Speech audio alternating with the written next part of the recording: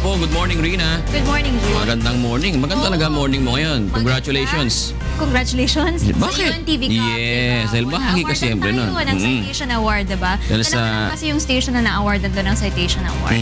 Dahil doon sa natatanging konsepto ng UNTV Cup doon sa pag-iipon sa mga government agency sa isang liga ng isang basketball na may kinalaman sa public service for a cause nga sabi nila, di ba? Oo, pagtulong din sa kapwa natin yun, di ba? Yung mga chosen beneficiary at beneficiaries ng mga kupunan na ito talaga yung may nakikinabang sila dito sa mga perang ito. Yes. Diba? Ayan. Magandang umaga po. Ngayon po ay araw ng Martes, 14 ng Pebrero 2017. Sa ngalan po ni Kuya Daniel Razon. Ako po si Jules Riao. At ako naman po si Rina Villamor Camara. Narito na po ang mga humahataw na balita. Civil Aviation Authority of the Philippines o CAAP magkakaroon ng 5 araw na air traffic radar shutdown sa Marso.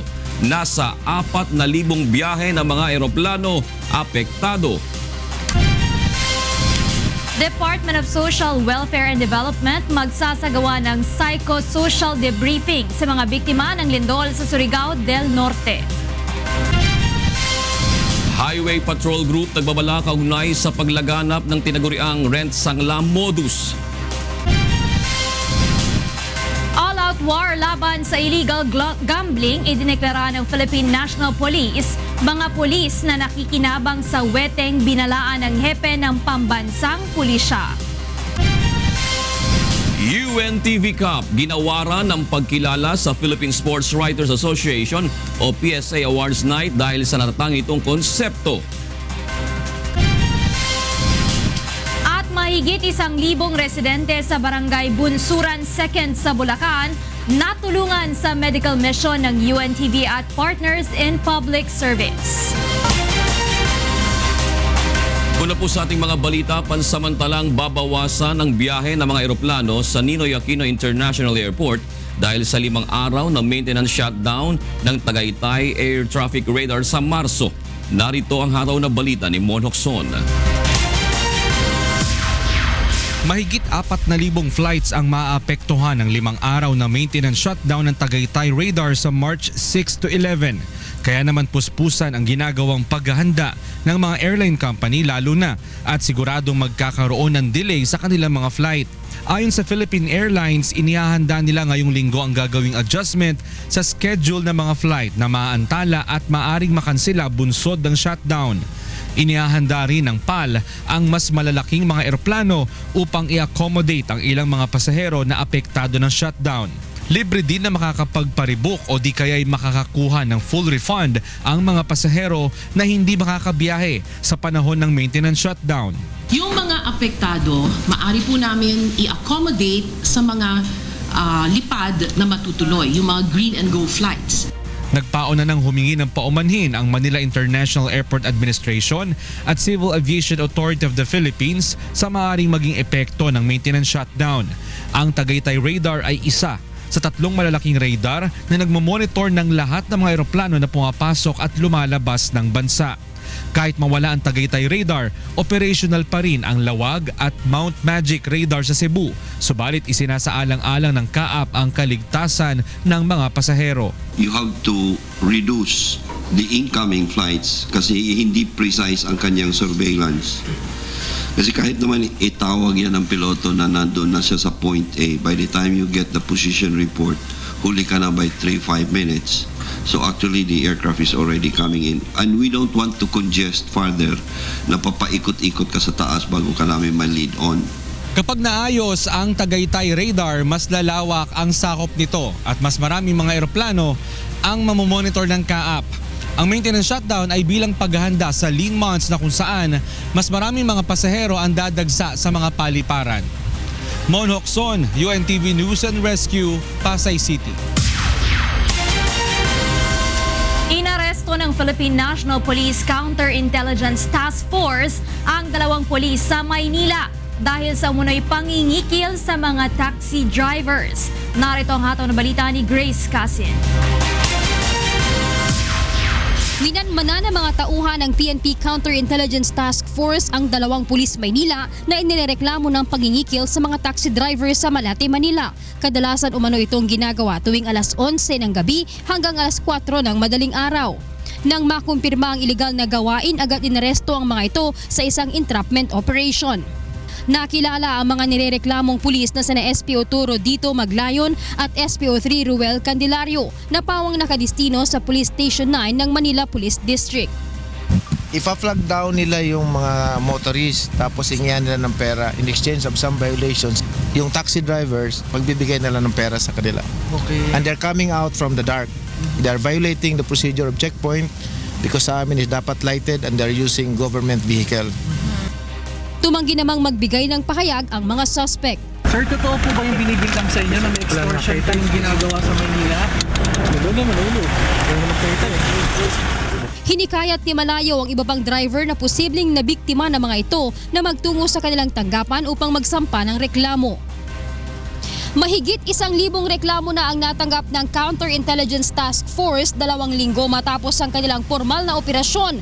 Karamihan sa mga reklamo laban sa mga pulis ay ang pangingikil o extortion, kidnapping at involvement sa illegal drugs. Lahat na PNP personnel active na involved sa illegal activities will be the targets of CITF. Okay. Sa may mga nais isumbong, maaaring mag-text o tumawag sa CITF hotline 0998-970-2286 at 0995-795-2569. Grace Casin, UNTV News and Rescue, Camp Crame. Nagbabala ang Highway Patrol Group Region 4A kaugnay sa lumalaganap na rent sangla modus. Narito ang hataw na balita ni Sherwin Kulubong. Dating Grab operator si alias Ben na tubong San Ildefonso, Bulacan. Ngunit naengganyo siyang parentahan na lang ang kanyang 3 bagong Toyota Vios kapalit ng 25,000 pisong renta kada buwan sa bawat isa niyang kotse. Ang problema, ang mga pinarentahan niyang sasakyan ay isinanla naman pala ng mga nagrenta dito sa halagang 200,000 piso. Ayon kay Ben, maayos anya siyang nababayaran sa simula ng mga ito hanggang sa tuluyan na siyang hindi bayaran. Na-monitor po namin na yung iba nakararating na po ng Marawi, Tawi-Tawi, Surigao, tsaka Marinduque po. Naalarma po kami doon dahil po tawid dagat na. Nung pong itanong namin doon sa mga pinagparentahan namin, ang sabi po sa amin dinala lang ng renter para magbakasyon. Pero po inaabot po ng 3 buwan na, meron pong 3 buwan na hindi pa po nakakabalik dito. Isa lamang si alias Ben sa daan-daang mga complainant na mula pa sa Region 3 na napasugod sa opisina ng Highway Patrol Group sa Camp Vicente Lim dahil sa kaparehong reklamo na tinawag ng mga otoridad na rent sangla modus. Ang mga bios naman ay 15,000 to 16 lang ang renta, may masosobrang 10,000. Kaya maraming mga taga San Ildefonso ang bumili ng kotse at mga sasakyan para ipasok doon. Siguro higit o kulang 2,000 yung mga bumili at nagparenta dito sa Laguna. Sa ngayon ay pinaghahanap na ng HPG ang mga suspect. Samantala, na-recover naman ng HPG 4A ang nasa 200 sasakyan mula sa mga pinagsanlaan ng mga suspect sa pamamagitan ng kanilang mga isinasagawang operasyon. Mahigit 1,000 pang mga sasakyan ang dapat umanong ma-recover ng HPG. May sasakyan ka na, may porsyento ka pa. Sa isang buwan ay lubos hindi mo maisip kung bakit napakalaki po ang porsyento na ito, ay magduda na po tayo. Magtanong po tayo sa kinaukulan. Paalala naman ng Highway Patrol Group, tiyakin na may kaukulang dokumento ang isang sasakyan bago ito tanggapin at huwag basta ipagkatiwala ang mga sasakyan kapalit ng malaking halaga ng pera. Sherwin Kulubong, UNTV News and Rescue, Camp Vicente Lim, Laguna. Nagdeklara na ng all-out war laban sa illegal na sugal si Philippine National Police Chief Ronald De La Rosa. Binalaan din ito ang mga pulis na umano'y nakikinabang sa weteng. Narito ang hataw na balita ni Lea Ilagan. Utusan na ang kampanya ng Philippine National Police laban sa operasyon ng iligal na sugal sa bansa kasunod ng paglalabas ng Executive Order No. 13 ni Pangulong Rodrigo Duterte noong 1 linggo. Bunsod nito ay nagdeklara na si PNP Chief Police Director General Ronald Bato de la Rosa ng all-out war laban sa online gambling at weteng. The PNP is hereby declaring war against illegal gambling. Tulad ng kanilang kampanya kontra droga, hindi rin nila palalampasin maging mga politiko at matataas na opisyal ng PNP na nakikinabang sa operasyon nito.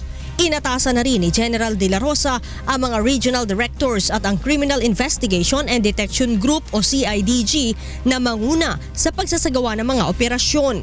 Parang approach nito sa war on drugs natin, merong upper barrel, yung high value targets, kilala naman natin yung mga tao na yon, gagkaroon tayo ng uplang tukhang illegal gambling.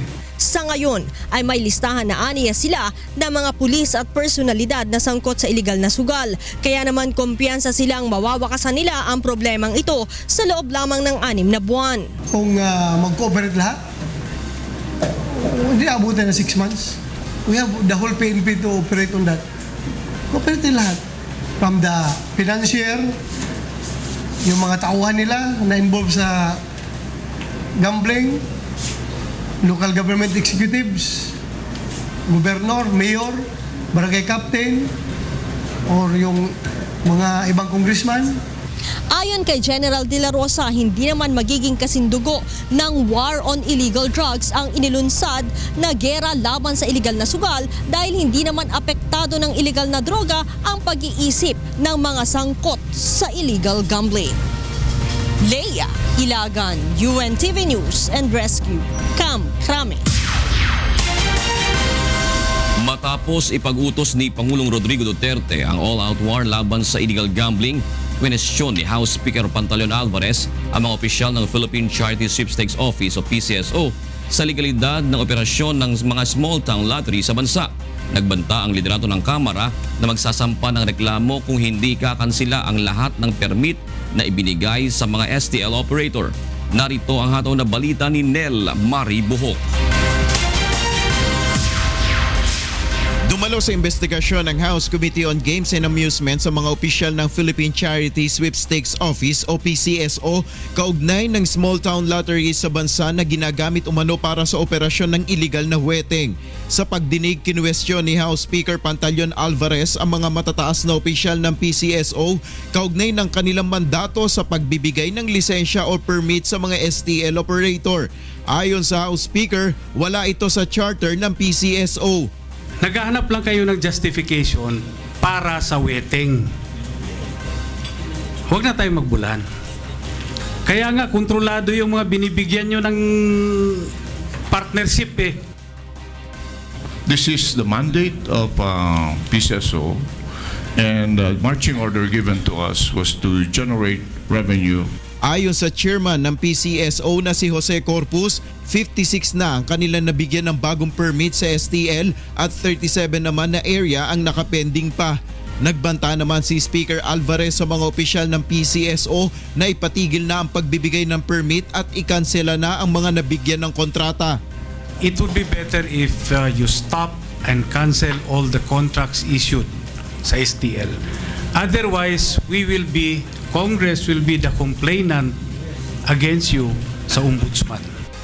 Ang posisyon na ito ng liderato ng Kamara kaugnay ng pagpapatigil ng operasyon ng STL ay matapos ilabas ni Pangulong Duterte ang Executive Order No. 13 para sa all-out war ng administrasyon sa illegal gambling. Nel Maribuhok, UNTV News and Rescue, House of Representatives. Natukoy ng isang testigo ang pagkakakilanlan sa isa sa 3 pulis na nangaharas umano sa isang pamilya sa Cainta, Rizal kamakailan. Ito'y matapos na ilabas ng PNP Internal Affairs Service ang personal information nito. Desidido ang PNP IAS na alisin sa serbisyo ang 3 pulis dahil sa paglabag ng mga ito sa protokol. Narito ang eksklusibong hataw na balita ni Brian De Paz. Hindi nagdalawang isip na ilapit ng pamilya Arsenal sa UNTV Action Center ang umano'y panghaharas sa kanila ng 3 pulis sakay ng motorsiklong walang plate number at hindi naka-uniforme.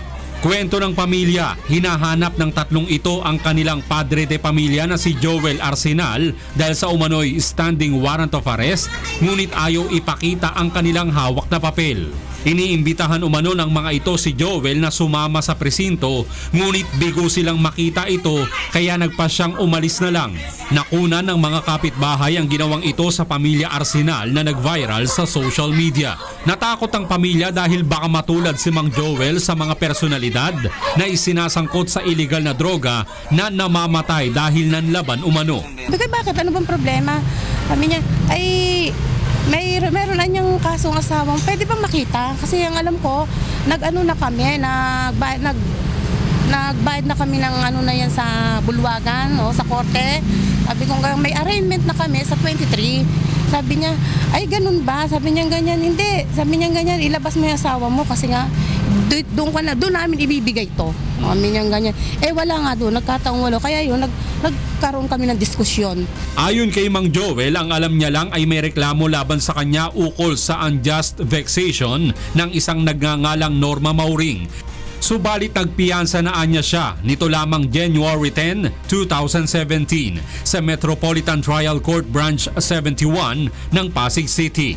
Paliwanag pa ni Mang Joel, hindi lang isang beses na palaging pinupuntahan ng mga polis ang kanilang lugar. Kaya't nagpa-blatter na sila sa barangay sa Cainta. Harassment talaga. Yung una kasi pagharap nila, yung unang dating sa amin, nakapismas sila eh. Nakapismas talaga, ayaw magpakilala. Bunsod dito, sinamahan ng UNTV Serbisyong Kasangbahay Team ang pamilya Arsenal sa PNP Internal Affairs Service upang formal na magreklamo laban sa 3 pulis. Agad namang hinanap ng PNP IAS ang mga tinutukoy na pulis mula sa kanilang database na naisampahan ng reklamo ng pamilya Arsenal. Napanood rin ni Police Director Leo Eleuterio ng PNP IAS ang video kung saan malinaw anya na may mga nilabag sa protocol ang mga nagpapakilalang pulis. Kung sabihin nila may warrant ka, may pakita nila yung warrant, yung search warrant, mapakita nila. Kunyari, search warrant yun, they should be accompanied by responsible barangay official for an orderly service of the warrant. And then they should be in uniform. They should identify themselves. Ayon kay General Eleuterio, hindi siya magdadalawang isip na irekomendang tanggalin ang mga ito sa serbisyo matapos ang gagawing proseso at mapatunayan ang mga paglabag. Ang problema, talagang tatanggalin natin yan. Ngayon pa na determina walang pwedeng political intervention. We are more than ever willing to remove these people from our ranks. Brian De Paz, UNTV News and Rescue, Camp Crame. Sa iba pang balita, itinalaga bilang Assistant Secretary ng Department of Social Welfare and Development ang social media supporter ni Pangulong Rodrigo Duterte na si Lorraine Badoy. Narito ang hataw na balita ni Mon Locson. Kinumpirma ni Social Welfare Secretary Judy Taguiwalo na itinalaga na ni Pangulong Rodrigo Duterte bilang Assistant Secretary sa Kagawaran ang isa sa mga kilalang taga-suporta nito sa social media na si Dr. Lorraine Marie Badoy. Bukod sa pagiging active sa social media, isa ring doktor, human rights advocate at NGO worker si Badoy. Naging aktibo rin sa pag-ayuda sa mga komunidad na lubhang naapektuhan ng Bagyong Yolanda. Ayon sa pahayag ni Secretary Taguiwalo, sa kanya pinatututukan ang programa ng DSWD hinggil sa rehabilitasyon at pagpapagamot sa mga drug addict. Noong Disyembre na nakalipas na taon, ipinag-utos ni Pangulong Duterte ang paglalaan ng 1 bilyong pisong pondo para sa drug rehabilitation efforts ng DSWD mula sa pondong turned over sa kanya ng Philippine Amusement and Gaming Corporation o PAGCOR. Batay din sa Facebook post ni Badoy, panibagong simula sa kanyang buhay ang pagkakatalaga sa kanya bilang public servant dahil may konkreto siyang paraan na magagawa para sa ikabubuti ng mga kababayang mahihirap. Si Badoy ay anak ng dating 3rd Division Sandigan Bayan Associate Justice na si Anacleto Badoy Jr. na humawak sa plunder case ni dating Pangulo at ngayon Manila Mayor Joseph Estrada. Isa si Badoy sa social media supporters ni Pangulong Duterte na nakipagpulong sa kanya sa Malacanang noong nakalipas na linggo. Bukod pa ito, kina Sasasot at Ray Nieto ng Thinking Pinoy. Mon Hocson, UNTV News and Rescue, Philippines. Narito naman ang mga balita sa labas ng bansa na ihahatid sa atin ni Monica Verallo. Hi Mon, good morning. Hi Rina, good morning. Here are the news from different parts of the globe. Snow began falling across northeastern United States on Sunday ahead of a major winter storm. Forecasters say the storm could dump more than a foot of snow in some areas and bring blizzard conditions to the state of Maine. A low-pressure system tracking eastward across the Ohio Valley and mid-Atlantic region was due for rapid intensification on Sunday night and Monday morning. Storm warnings were issued across the Northeast, with blizzard warnings for the coastal areas of Maine. The weather stands to disrupt travel, likely to result in major airline delays and cancellations. China's first cargo spacecraft, Tianzhou 1, will be launched in April. The most important task of the cargo spacecraft is to dock with the orbiting Tiangong 2 Space Lab, which late last year hosted 2 astronauts for China's longest human spaceflight mission. It will refuel the Space Lab in a bid to verify the on-orbit transfer of liquid propellant technology, which is one of the key technologies required in building the future space station. China plans to complete its own space station by around 2020 and put it into service by around 2022. In other news, Adele won the top 3 Grammy Awards, taking home the statuettes for the album record and Song of the Year in a shock victory over Beyoncé. Adele won all 5 Grammys for which she was nominated, including for her comeback album 25 and her single Hello. Beyoncé, who had gone into the award show with leading 9 nominations for her Lemonade album, won just 2. The other big Grammy winner was late British singer David Bowie, who won all 5 of the nominations for his final album Black Star, including Best Rock Song. To all the winners of Grammys, congratulations. And those are the latest news from around the world this morning. Back to you, Rina. Thank you, Monica, for that global news. At narito na po ang mga Grammy Award winner ng Radyo La Verdad 1350 sa huntahan. Atty. G, Beth at Jocas. June! Tito June and Tita Rina. Umaga po. Mga Grammy Award yan. Grabe award. Grabe award. Binabati namin ang aming friendly Nikki dito sapagkat siya ay nominee. Aba? Matindi ha? Oo, dito sa KBP. Wow. Golden Dove. Ano bang best musical program ba yun? Ang kategory niya. Most foggy. Hindi. Marvin, ayusin mo nga. Basta siya ay nominee siya. Hindi naman yung guest DJ. Maraming naniniwala sa mga sinasabi niyo, ha? Yes, totoo. Dapat lang maniwala. Totoo yun. Nominated siya. Nominated talaga. Best AM musical. Best musical host for AM radio. AM radio. Akala ko Congratulations sa pagkanyang pagkakanom. Akala mo sa Oscars? Hindi naman. KBP lang. Golden Dove. At dito yan sa UNTV. Siyempre, friendly Nikki. Alam niyo naman, ganyan lang naman ang kaya nating ibigay ang best. Si Tita Rina, malay nyo, i-nominate din.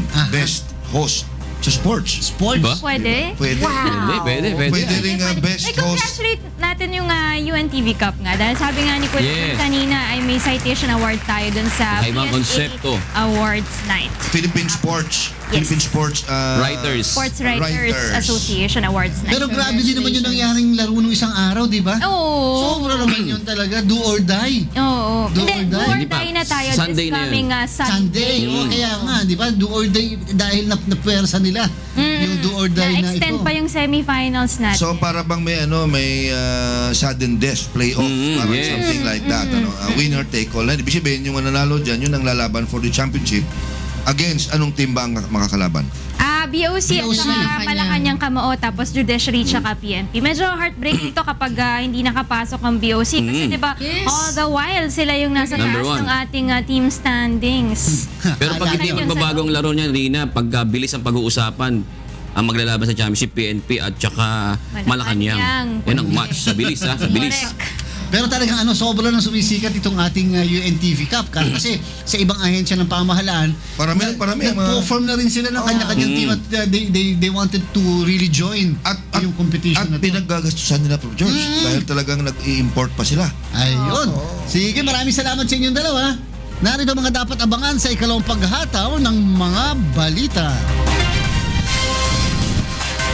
Department of Social Welfare and Development magsasagawa ng psychosocial debriefing sa mga biktima ng lindol sa Surigao del Norte.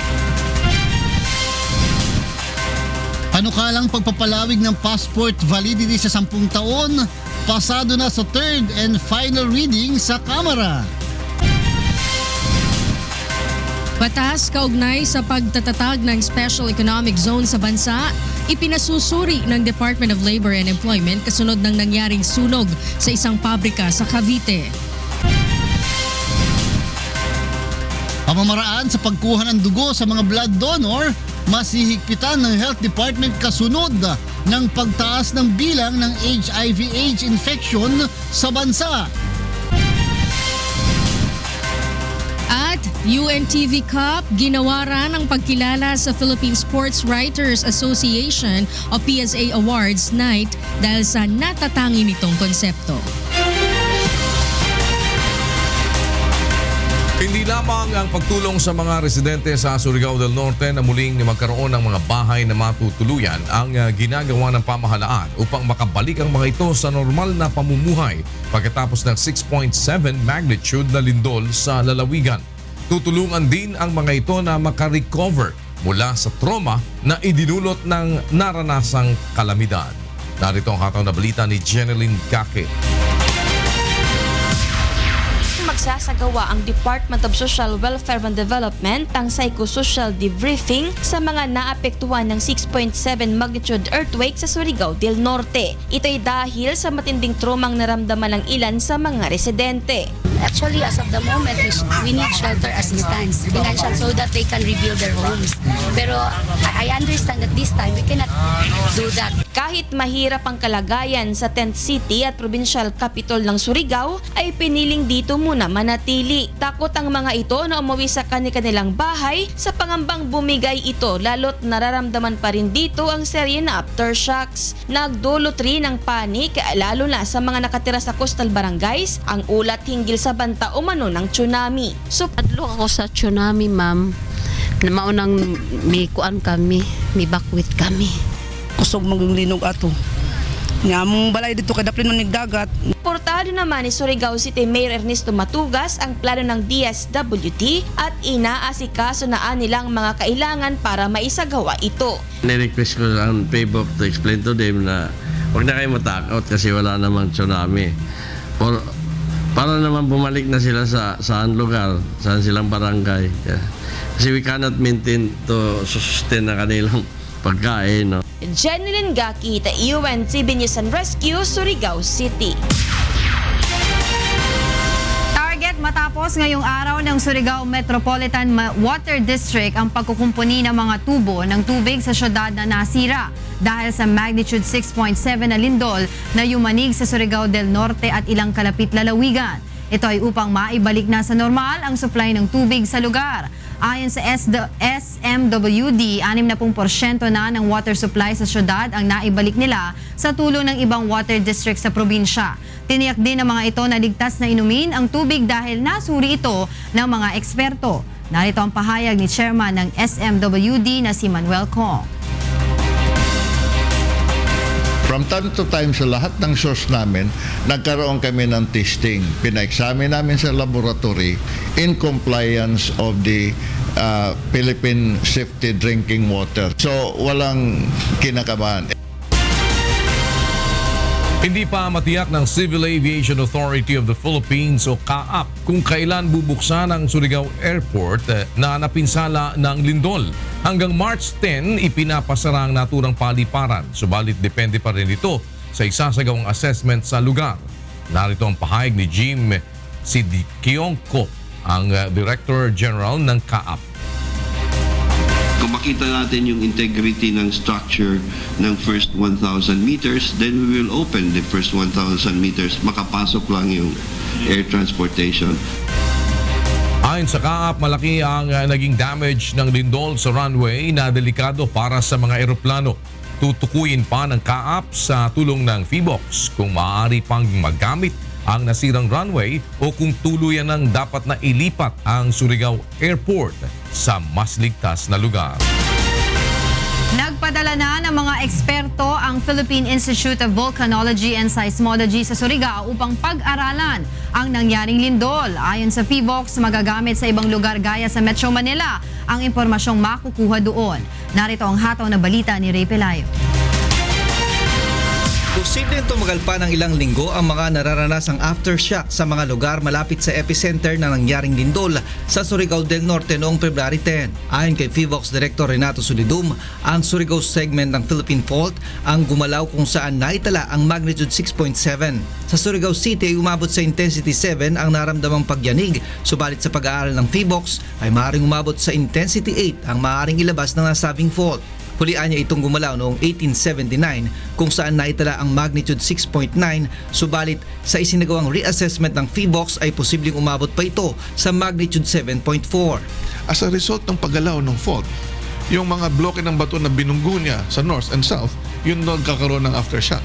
Nagpadala na ng mga seismologists at staff ang PHIVOLCS sa lugar upang pag-aralan ang naging paggalaw ng lupa at epekto ng lindol.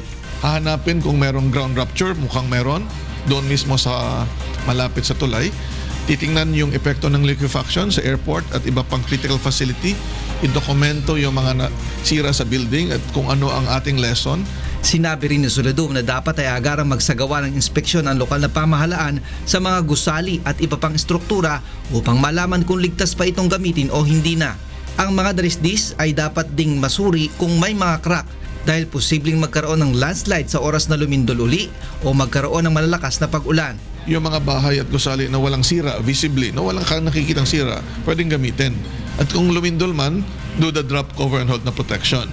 Sinabi pa ng Solidum na dapat ay maging handa ang publiko lalo na sa Metro Manila kung saan una nang inihayag ng PHIVOLCS na may posibilidad na tumama ang isang malakas na lindol kapag gumalaw ang West Valley Fault. Kasi very highly urbanized ang Metro Manila, maraming buildings ang nakakamatay kapag sila ay nag-collapse.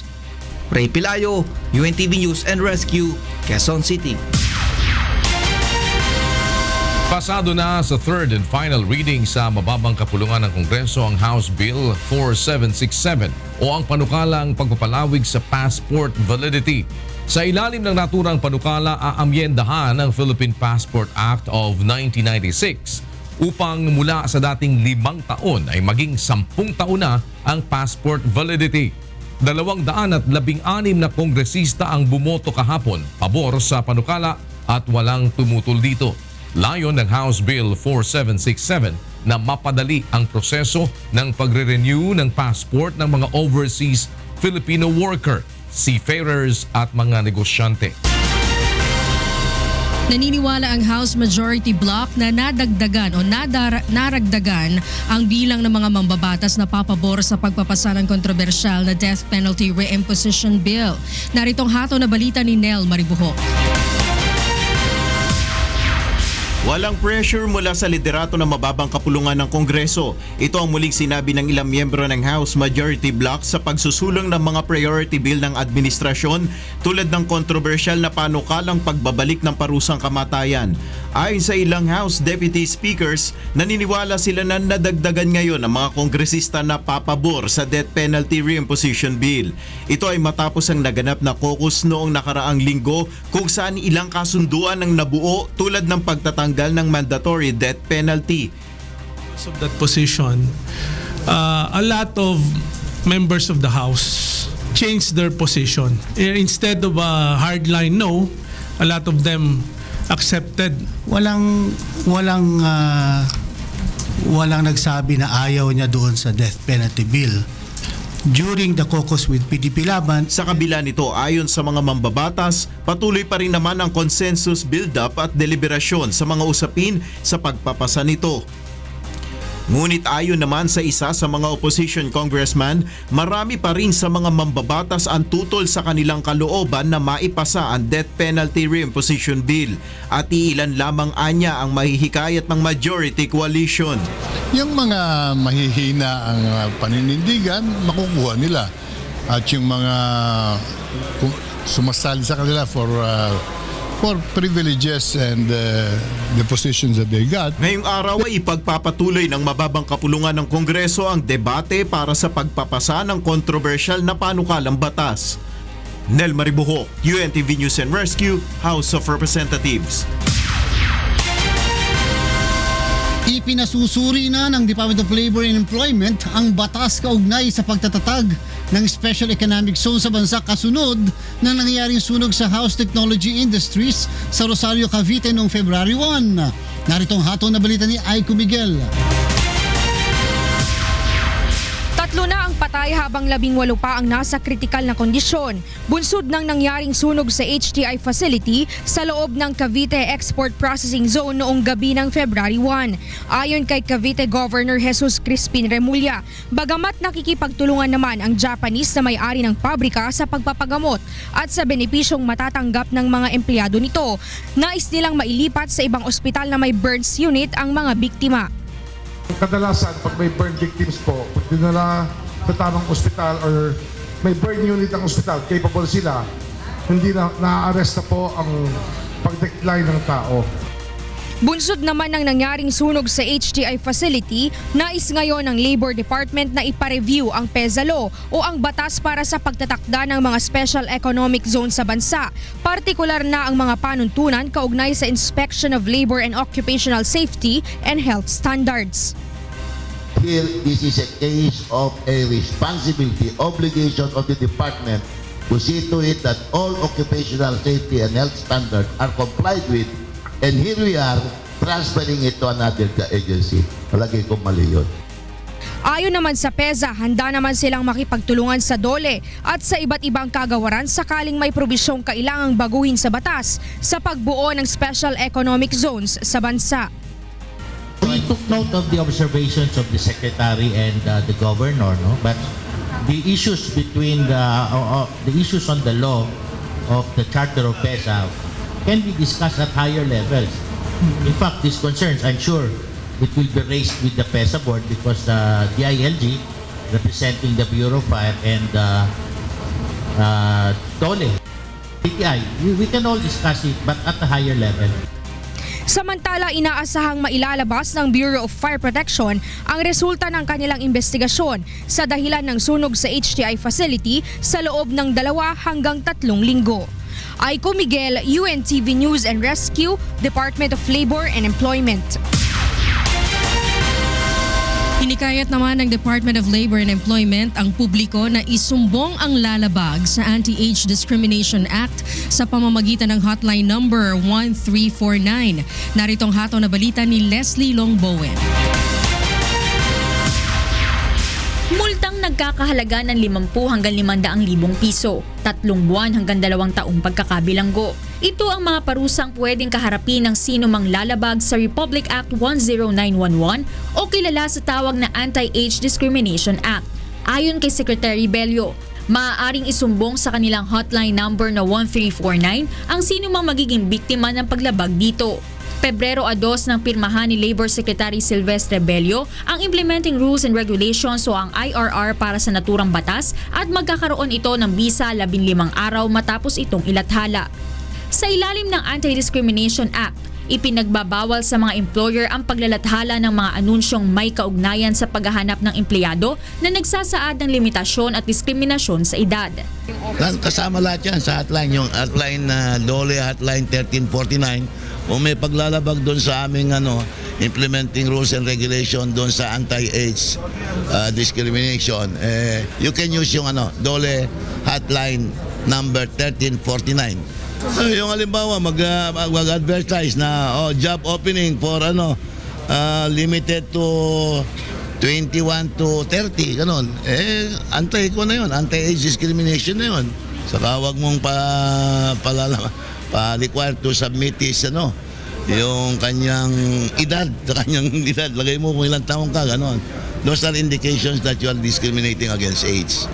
Bawal ding tumanggi ang employer sa application dahil sa edad o kaya ay pigilan sa promotion, training at pagtaas ng compensation ng isang manggagawa dahil sa kanyang katandaan.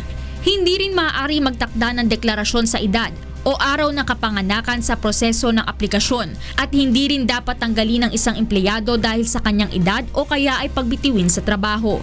Hindi naman kabilang dito ang ibang sitwasyon kung saan kailangan ang limitasyon sa edad para sa hanap buhay na papasukan. Leslie Longbowen, UNTV News and Rescue, Philippines. Mas maingat ngayon ang Department of Health sa pagkuha ng dugo upang maiwasan ang pagkalat ng iba't ibang sakit lalo na ang HIV/AIDS virus. Narito ang hataw na balita ni Marge Pelayo. Gumagamit na ng bagong paraan ang Department of Health sa pagkuha ng dugo sa mga potential donor upang hindi sila malusutan ng may nakahahawang sakit katulad ng HIV/AIDS. Layon din ito na maiwasan ang pagkakamali sa paglalagay ng label o blood type sa bawat bag ng dugo. Instead of the needle prick that we used to do for typing and screening the blood, we're now doing tube blood extraction and testing the serum.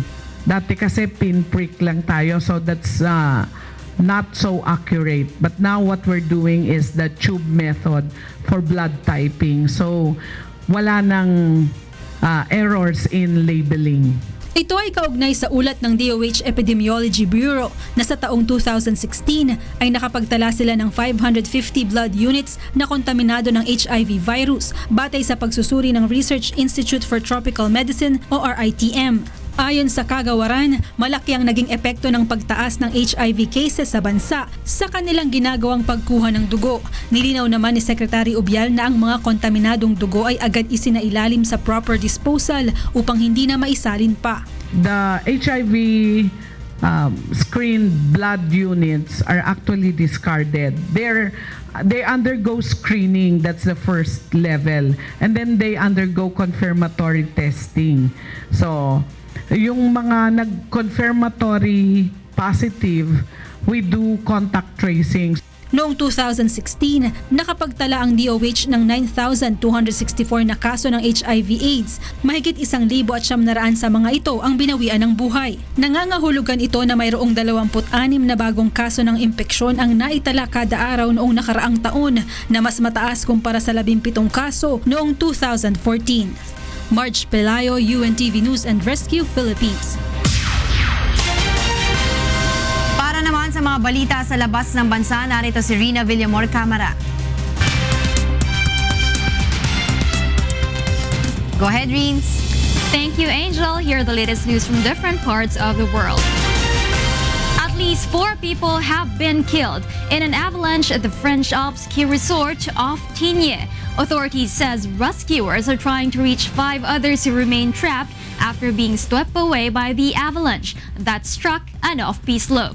The incident occurred during a particularly busy time for French skiing destinations, with families flocking to the resorts during the school half-term holidays. Meanwhile, more than 1,200 police break strike in the Brazilian state of Espírito Santo, where murders have skyrocketed 6-fold since police stopped working over a pay dispute earlier this month. According to the police union, 144 murders have taken place since the strike started on February 4.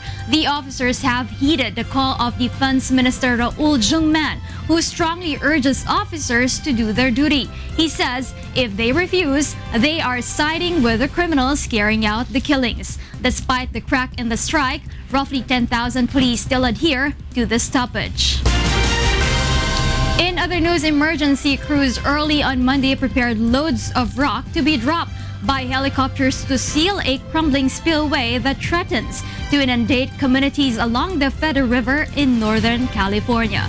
Almost 200,000 people were ordered to evacuate from the area below the Lake Oroville Dam, the tallest dam in the United States. State authorities and engineers on Thursday began releasing water from the dam after noticing that large chunks of concrete were missing from the spillway.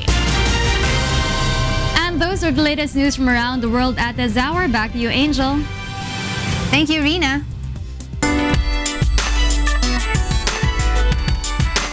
Humanga sa konsepto ng Wish FM boss ang internationally acclaimed artist na sina Dan Hill at J. Michael sa kanilang pagtatanghal kahapon. Narito ang hataw na balita ni Leslie Longbowen.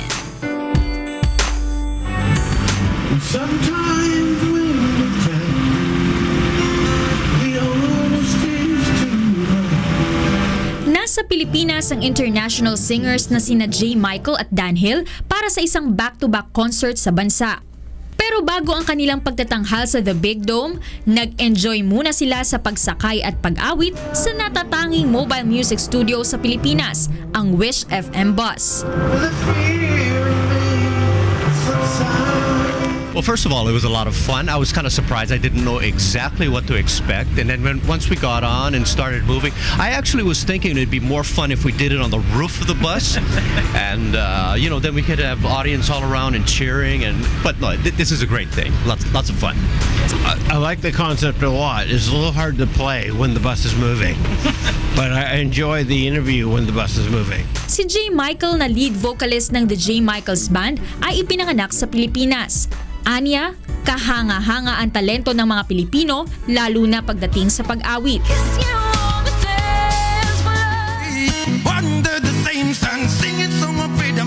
At napatunayan na Anya ito sa marami niyang beses na pagtatanghal sa bansa.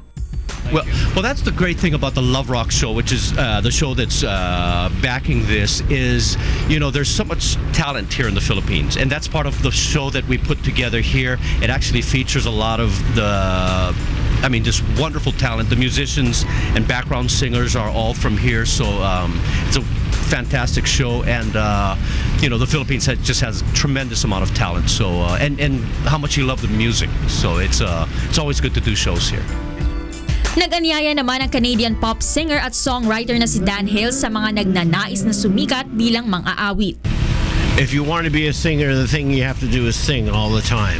And it helps a lot if you can write songs. So learn how to play an instrument and try to write songs as well as sing.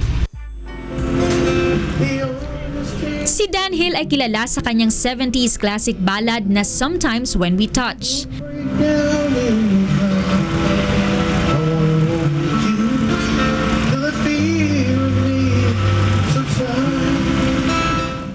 Michael's Band naman ang magsisilbing backup band sa gaganapin nilang konsyerto, ang Love Rocks concert sa Resorts World Manila mamayang 8:00 ng gabi. Leslie Longbowen, UNTV News and Rescue, Philippines. Ayun pala si Dan Hill. Sometimes when we touch. Sometimes when we touch. Sometimes when we touch. The honest is too much. Diba? Si Pacquiao kumanta siya sa di ba live show. Nagano yata sila. Ano ba sila? Duet ba sila? Manood daw kayo ng concert nila. Sa Resorts World. Resorts World. Babalikan natin yung mga kanta nila na sumikat noong mga panahon. Alam yan ni Attorney George. Kaya kita mo, dala-dalang auto ngayon ni Attorney George. Ano? Ang laki. Ano? Wish FM bus. Oo. Siya pala yung nagmamaneho eh. Oo. Dala-dala ni Attorney George.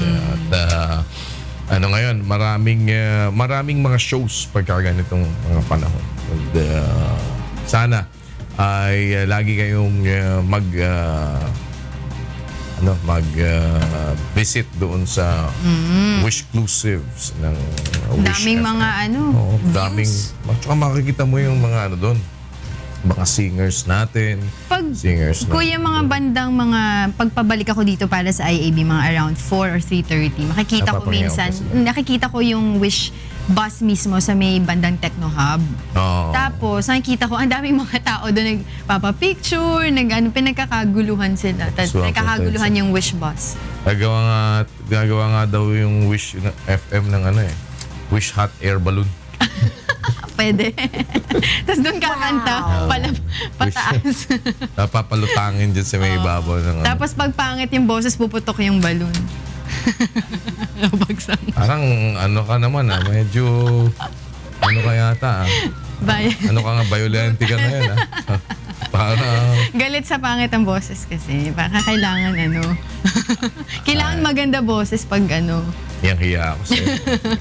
Para sa mga karagdagang balita, bumisita lamang sa aming website na untvweb.com. Narito naman po ang mga balitang dapat abangan sa ikatlong paghataw ng mga balita. Pagkawala ng trabaho at pagkakakitaan, pinangangambahan ng mga minero kasunod ng pagpapatigil sa ilang mining operations sa bansa. Halos 130,000 poultry animals na naapektuhan ng bird flu pinatay sa Taiwan. UNTV Cup, ginawaran ng Citation Award ng Philippine Sports Writer Association, PSA at Philippine Sports Commission, hanga sa natatanging konsepto ng liga ng mga public servant. At mahigit 1,000 residente sa isang barangay sa Pandi, Bulacan natulungan sa isinagawang medical at dental mission ng UNTV katuwang ang iba pang partner in public service ng himpilan. Sa detalye ng mga balita, nangangamba ang ilan sa ating mga kababayan sa magiging epekto ng pagpapatigil ng pamahalaan sa ilang mining operation sa bansa. Kabilang na rito ang mga minero sa Zambales na ang iba ay nawala na ng trabaho matapos na suspindihin ang operasyon sa minahan. Narito ang hataw na balita ni Mirasol Abogadil. Nasa 260 kilometro mula sa Metro Manila ay ang bayan ng Santa Cruz sa Zambales, kung saan matatagpuan ang 4 sa 23 mining operations sa bansa na posibleng ipasara ng Department of Environment and Natural Resources o DENR dahil sa umano'y paglabag sa environmental laws. Isa na rito ang Zambales Diversified Mining Corporation o ZDMC. Suspindido simula pa noong Hulyo ng nakaraang taon ang operasyon nito dahil sa isinagawang mining audit ng DENR. Dahil dito, napilitang magbawas ang mga ito ng workforce. Ang dating 1,200 na empleyado, ngayon ay 50 na lamang. As of the moment, wala po kaming operation. And with the pronouncement, malungkot lahat po. And they're looking jobs elsewhere. Nagdulot naman ng pangamba sa ilang mga kababayan natin na sa pagmimina umaasa ang planong closure ng DENR sa ilang mining operations. Ayon kay Orlan Mayor, isang union leader sa Santa Cruz, hindi aniya tiyak kung kayang gawing isang tourist destination ng kanilang lugar na makakayang makipagsabayan sa mga pamosong isla sa bansa. Ang sinasabi niya doon sa mga mayroong possibility na maging tourist spot, yun yung sinasabi niya, mabibigyan niya ng trabaho. Tama naman yun, naniniwala ko doon, kaya niya. Pero dito sa bayan namin sa Santa Cruz, wala pa kaming may offer ngayon. Underdeveloped yung mga isla namin na pwede namin i-offer as a tourist destination. Suportado naman ng mga environmentalist ang kampanyang ito ni DENR Secretary Gina Lopez. Malaki naman yung perwisyong dulot niya kaysa sa benepisyo na binibigay niya Kaya kami po ay umaasa pa naman na mabubuhay pa sa mga susunod na henerasyon may mga anak po kami, may mga apo po kami na umaasa sa kalikasan. Ngayon kung sira na po ang kalikasan namin dito, paano naman po sila? Ang Pilipinas ang isa sa pinakamalalaking producers ng unprocessed nickel ore na siyang pinanggagalingan ng 8% ng nickel supply sa mundo. Pilipinas rin ang major supplier ng nickel ore sa China na pangunahing materyales na ginagamit sa paggawa ng nickel pig iron o mas murang alternatibo sa refined nickel. Mirasol Abogadil, UNTV News and Rescue, Philippines.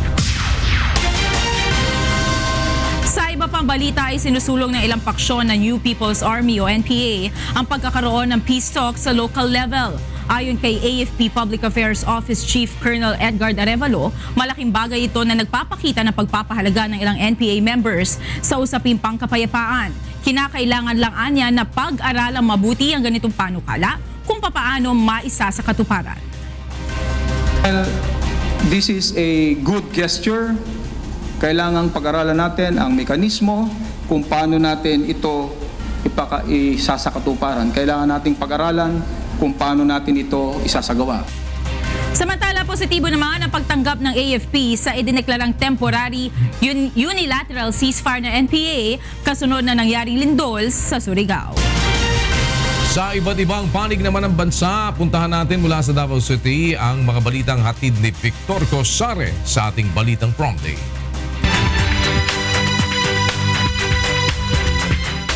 Mayong buntag, Victor. Mayong buntag, Kuya Daniel. Ani ang detalye sa atong mga Balitang Prom Day. Patay ang usa ka lalaki sa dakbayan sa Sugbo agahapon, human pibuto ang yang nakitaan nga 44mm rifle grenade. Ani ang report ni Gladys Tuabi. Nakalasan og kinabuhi ang usa ka motorcycle for hire driver sa dihang nibuto ang rifle grenade nga nakita niini sa usa ka commode area sa sitio Tambisan, Barangay Tisa, Cebu City alas 10 kagahapon sa buntag. Giila ang biktima nga si Ruben Henterone, 32 anyos. Matod sa investigasyon sa pulisya, posible nga wala kahibalo ang biktima nga usa kini ka 40mm rifle grenade. Sa inisyal mo, ang nani gibit-bit nga ang kining biktima nga rifle grenade. Actually, gipangutana gisa sa iyang mama. Siguro sa curiosity lang, muna nimbuto na siya. Asoy sa Homicide Division sa Cebu City Police Office nga adunay posibilidad nga natangtang sa biktima ang pin sa rifle grenade hinungdan sa pagbuto niini. Nagpahinumdum og balik ang mga otoridad sa publiko nga ipahibalo dayon sa ilaha kung adunay makitaan nga kadudahang butang o mga pabuto susama sa granada og vintage bomb. Ang amo lang hangyo makita sila ginan nga mga vintage explosion. Dili nila itago-tago, ila day i-turnover sa police or ini sa barangay official para dili na mo sa aksidente nginato. Samtang gitangtang sa kapulisan ang kabalakas sa mga mulupyo sa lugar o gisiguro nga walay koneksyon ang insidente sa bisan unsang terrorism attack o bombing threat sa nasud. Gladys Tuabi, UNTV News at Rescue, Cebu. Nagpatigayon og bamboo planting sa Sampaloc, Quezon ang lokal nga kagamhanan, mga magtutungha pati ang anaa sa business sector aron maampingan ang mga natural resources ug malikayan usab ang landslide. Si Japit Cablaida sa balita. 2,000 kawayan ang itinanim sa gilid ng Maapon River sa bayan ng Sampaloc, lalawigan ng Quezon.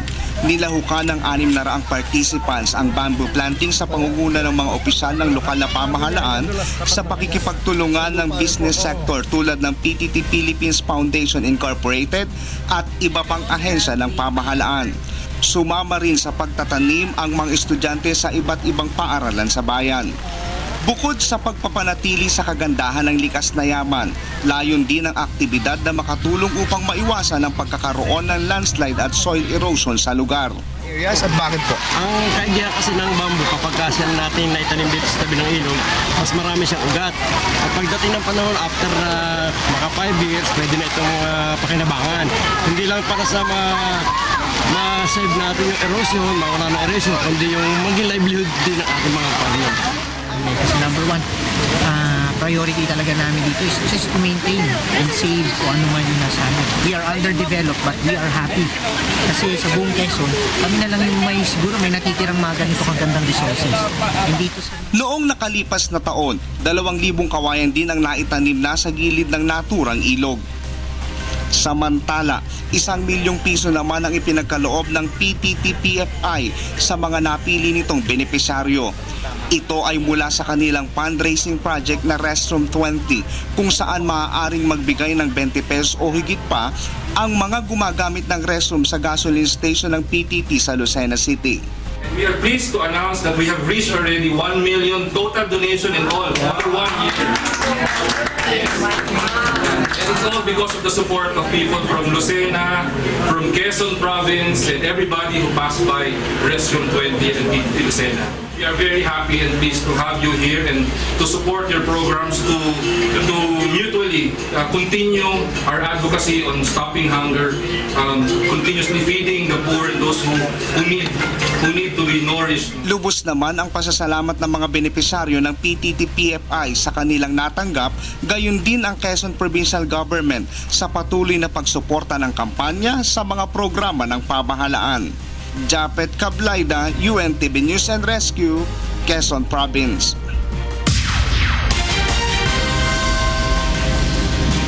O kanang kinatibukan sa atong mga balitang from di karong buntag. Gikan diriya sa Davao City, balik niya sa kauluhan, Kuya Daniel. Daghang salamat, Victor Cosare, nagulat ng live mula sa Davao City. Sa labas ng bansa, kasama natin si Angela Lagunsad. Good morning, Angel. Thank you, Kuya. And for news abroad, Taiwan has culled nearly 130,000 poultry since the start of this year as authorities report a fresh strain of bird flu cases on the island. The Bureau of Animal and Plant Health Inspection and Quarantine says the highly pathogenic H5N6 avian flu has been confirmed in 3 cities and counties. The Bureau says most of the birds culled this year so far were afflicted with the H5N2 and H5N8 strains of the bird flu. A total of 13 poultry farms have been affected this year so far. Earlier this month, Taiwan reported its first imported human case of bird flu in a 69-year-old Taiwanese man who was diagnosed with the H7N9 bird flu virus after returning from travel to southern China. In other news, UN Secretary General Antonio Guterres strongly condemned North Korea's latest ballistic missile launch ahead of an urgent meeting of the Security Council. Guterres called the launch a further troubling violation of Security Council resolutions. The launch came only 2 days after President Donald Trump and Japanese Prime Minister Shinzo Abe urged North Korea to abandon its nuclear and ballistic missile programs. And those are the news abroad. Back to you, Kuya. Thank you so much, Angel.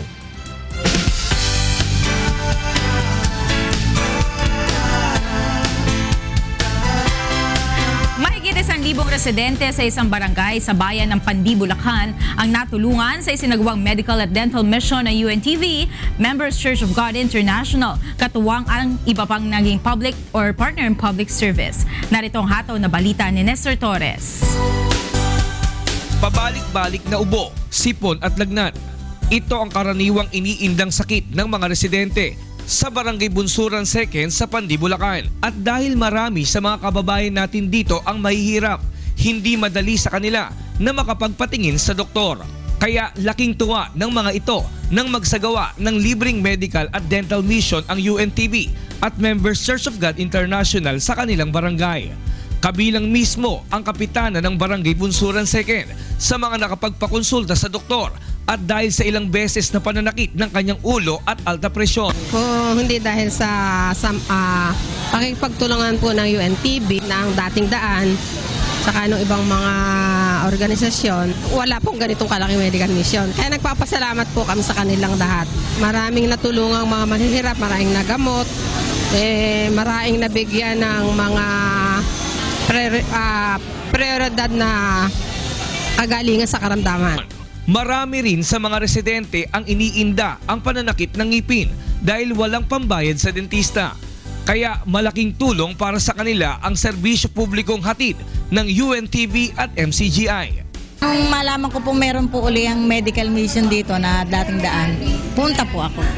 Nabutas po pinangkagat ko. Pero pagka sumusumpong, parang sagad hanggang ulo ko, kumikiro. Kaya nagpapasalamat naman po ako at ngayon mabubunutan ako ng ngipin.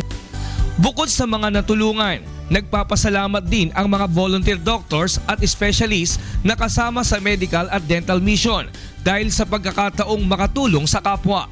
Kabilang narito ang High School Batch 91 ng Centro Escolar University, Malolos Campus. Natutuwa kami na nakasama sa dental mission na to at medical mission. CEU batch namin, natutuwa din sila na makatulong sa ating mga nangangailangan. Umabot naman sa mahigit 1,000 residente ang napaglingkuran sa libreng serbisyo sa medical, optical at dental, free x-ray at laboratory test, libreng gamot at iba pang serbisyo tulad ng libreng gupit at free massage. Ang aming pangarap dito ay umabot sa halos kabuuan ng Bulacan at kung posible ito ay ma-replicate sa ibang probinsya sa lalawigan. Sa lahat na bumubuo ng UNTV, sa mga professional volunteers natin ngayon, maraming salamat sa inyo. Ito ay naging posible dahil sa inyong kabaitan sa amin, sa mga taong mga nangangailangan ng inyong tulong. Salamat. Ang mabuti ay hindi magbubunga ng masama. Nestor Torres para sa Serbisyong Kasangbahay. Sports naman tayo kasama si Rina Villamor Camara. Sports, Rina, good morning.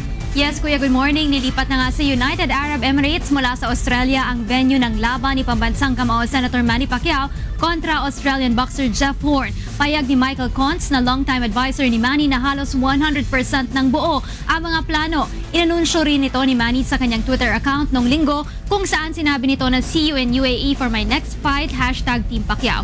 Nakatakdang depensa ng 38-year-old na People's Champ ang kanyang WBO welterweight title sa April 23 laban kay Horn na may record na 16-4, 11 knockouts. Samantalang si Pacquiao naman ay may record na 59-6-2, 38 knockouts mula sa kanyang huling laban kay Jesse Vargas, 3 buwan na ang nakakalipas. Isinagawa kagabi ang annual awards ng Philippine Sports Writer Association kung saan kabilang ang UNTV Cup sa mga binigyan ng pagkilala dahil sa natatanging nitong konsepto. Narito ang hatol na balita ni Mon Hocson. Casulla to the side. Bautista! The Cavaliers are the champion of Season 4 of the UNTV Cup. Charity Basketball League on Philippine TV. Ito ang UNTV Cup, ang liga ng mga public servant. Binubuo ito ng mga koponan mula sa 3 sangay ng pamahalaan na may kanya-kanyang kapangyarihan at tungkuling ginagampanan sa bansa. Ang executive, legislative at judicial. Ngunit ibang mukha ng pamahalaan ang makikita sa liga dahil dito mapapanood ang mga opisyal at mga kawani ng iba't ibang ahensya na bigay todo sa paglalaro upang manalo. Dahil bukod sa tropeyo ay may naghihintay pang cash prize para sa mga mananalo. At ang premyong ito ay mapupunta sa benepisyaryong napili ng nanalong koponan. Kaya naman hanga ang Philippine Sports Writer Association sa orihinal na konseptong ito ni Mr. Public Service Kuya Daniel Razon. Sa isinagawang PSA Annual Awards kagabi, kabilang sa mga binigyan ng Citation Award ang UNTV dahil sa natatanging konsepto ng UNTV Cup. Maganda kasi yung UNTV Cup dahil pinagsasama-sama niya yung mga employees ng government. And then, kung sino yung magcha-champion, di ba, parang may magdo-donate sila ng certain amount, di ba? Ang ganda nun kasi dapat i-promote yun dahil hindi sila naniningil ng fees do sa mga teams, tapos hina-highlight nila yung pagtulong sa charitable institution. So, nakita ng PSA na magandang layunin yun, kaya sinasite namin yung UNTV Cup. Maging ang Philippine Sports Commission ay napabilib din. Malaking bagay yung ginawa ng UNTV with Kuya Daniel on his intergovernment sports program. Malaking bagay po yun, and I think UNTV was able to make a difference on that area for intergovernment activities which both POC and PC did not make it. So I think it was UNTV who make a difference. Samantala, marami pang nakahandang plano ang UNTV para sa nag-iisang liga ng mga public servant. We're thinking of putting a off-season wherein ang maglalaro dyan yung mga top-level executives naman ng bawat teams. Of course, they will play for a cause. Yung ganun pa rin setup natin na yung kanilang mapapanalunan ay para sa mga beneficiaries din nila. Well, nagpapasalamat tayo unang-una sa taas sa Panginoon dahil nabigyan na naman tayo ng pansin o hindi kaya nga ipagkilala dito sa mga adhikain or advokasya ni Kuya Daniel at saka ni Brother Eli Soriano. At tayo nagpapasalamat ng marami. Nagsimula sa 7 koponan mula nang ilunsad ang liga noong 2013 kung saan halos 2 milyong piso sa kabuuan ang tinanggap ng mga nanalong team at mga benepisyaryo nito. At ngayong taon, aabot naman sa halos 10 milyong piso ang naghihintay sa mga mananalong koponan. Nakatakda ang Game 1 ng Best of 3 series ng UNTV Cup Season 5 Finals sa darating na March 5. Mon Hocson, UNTV News and Rescue, Philippines. On behalf of UNTV Cup, nagpapasalamat kami sa iyo, Kuya Daniel Razon, sa pagbuo mo ng unique concept na ito kung saan marami po tayong natutulungan dito. Maraming salamat po at salamat sa Diyos. Back to you, Kuya. Thank you, Rina. Of course, salamat sa Panginoon at salamat sa Philippine Sport Writers Association, PSA. Sports Writers Association o PSA sa pagkilala po na ito. At salamat sa inyong pagtanggap sa amin sa mga konseptong kagaya nito. And we're looking forward na magkatulong-tulong po tayo sa lahat ng mga public services na ating ginagawa. And rest assured na with God's help, we will continue innovating and coming up with different ideas para po sa patuloy nating paglilingkod sa ating mga kababayan, sa ating mga kapwa-tao. Ano man ang inyong kulay, ano man ang inyong relihiyon, ano man ang inyong paniniwala, pananaw sa buhay. At basta po doon sa pangangailangan na makatulong, ay yun ang ating ibig naman na maisakatuparan. No? And salamat dito sa pagkilala na ito. Makakaasa po kayo with or without this citation. With God's help, UNTV will continue its public service. Kahit na po medyo syempre mahirap din sa iba't ibang paraan, iba't ibang angulo, but it's been years. 13 years na naman po tayo dito sa UNTV na ginagawa natin yung iba't ibang mga innovations for public service. Yes. At sa mga bumubuo ng UNTV Cup, sa lahat ng mga sila Rina, sila lahat, si Commissioner Atoy Ko, Commissioner Ed Cordero, yan, si of course si Sev Sermenta, si Coach Ronnie, yung mga lagi nating mga kasama natin, lahat ng nasa staff, production, yan, sila Dick Masa, yung lahat ng mga sila May Ramos, lahat ng mga cameramen, yung mga staff natin dyan, nagtsatsaga talagang lahat ng mga crew, at sa lahat po ng mga sumusuporta, yung pumupunta palagi, nanonood. Watch out, this coming Sunday, Rina, di ba? Medyo one of the best lineup yan. Laban. Yes, top 4 teams na lamang kuya yung ating natitira. So Judiciary Magic kontra PNP at yung second game natin dyan ng BOC kontra naman sa Malacanang Kamao. Ano na yan?